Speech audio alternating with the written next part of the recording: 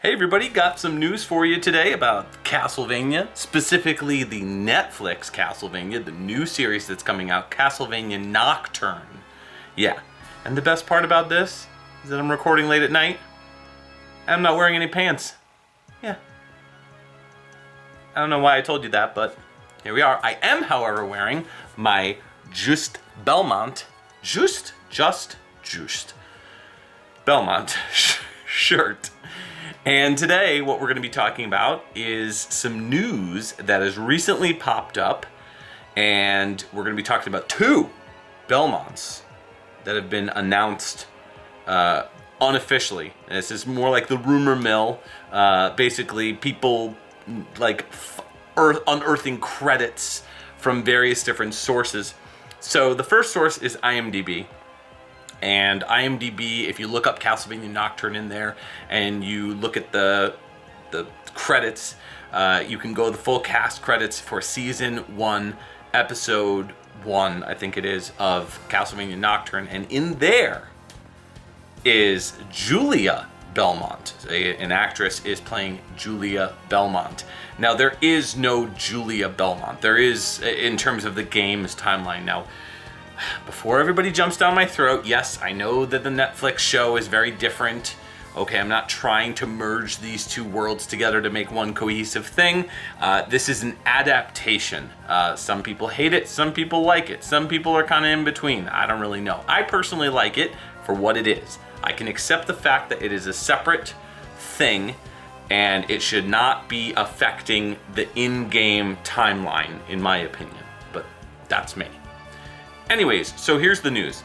So this actress is playing Julia Belmont, and as far as the character, the only Julia that exists in game is from Curse of Darkness. There's a character named Julia, and but she's not a Belmont, and so that's that. But again, Curse of Darkness took place, a while back. We're moving forward in the timeline because this series, as far as what games it covers, most likely it's going to be just Rondo of Blood and Symphony of the Night. I'm assuming what they're going to do is they're going to do Rondo of Blood first, whatever adaptation they take from that, and then what they're going to do is most likely move it over to Symphony of the Night. It makes the most sense in terms of stretching out the history of the franchise.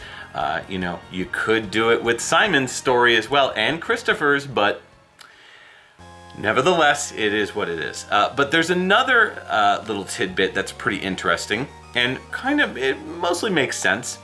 Juste Belmont from Harmony of Dissonance, the game, that character has been named as being played by Ian Glenn on an independent website for independent actors. So listings right there.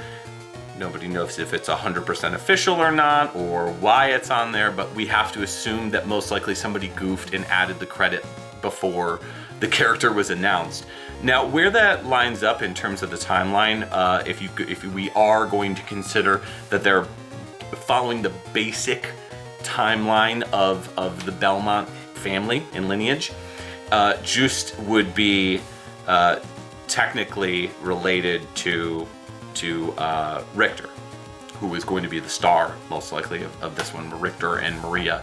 But Maria is Maria Renard, separate thing, and Juste Belmont is most likely going to be much older, playing an older, wiser character who could maybe offer some knowledge to his descendant, and that is most likely what is going to happen as far as Juste Belmont's involvement. Now, will we get maybe some flashbacks to his time during Harmony of Dissonance?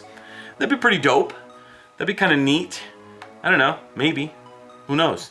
But I figured I'd bring this news to you guys. Do you think that this is something that kind of perks your interest, going, oh, okay, they're following the lineage a little bit? Let me know down in the comments below about what you think about this upcoming Castlevania Nocturne. There really hasn't been a ton of footage that's been released of it so far.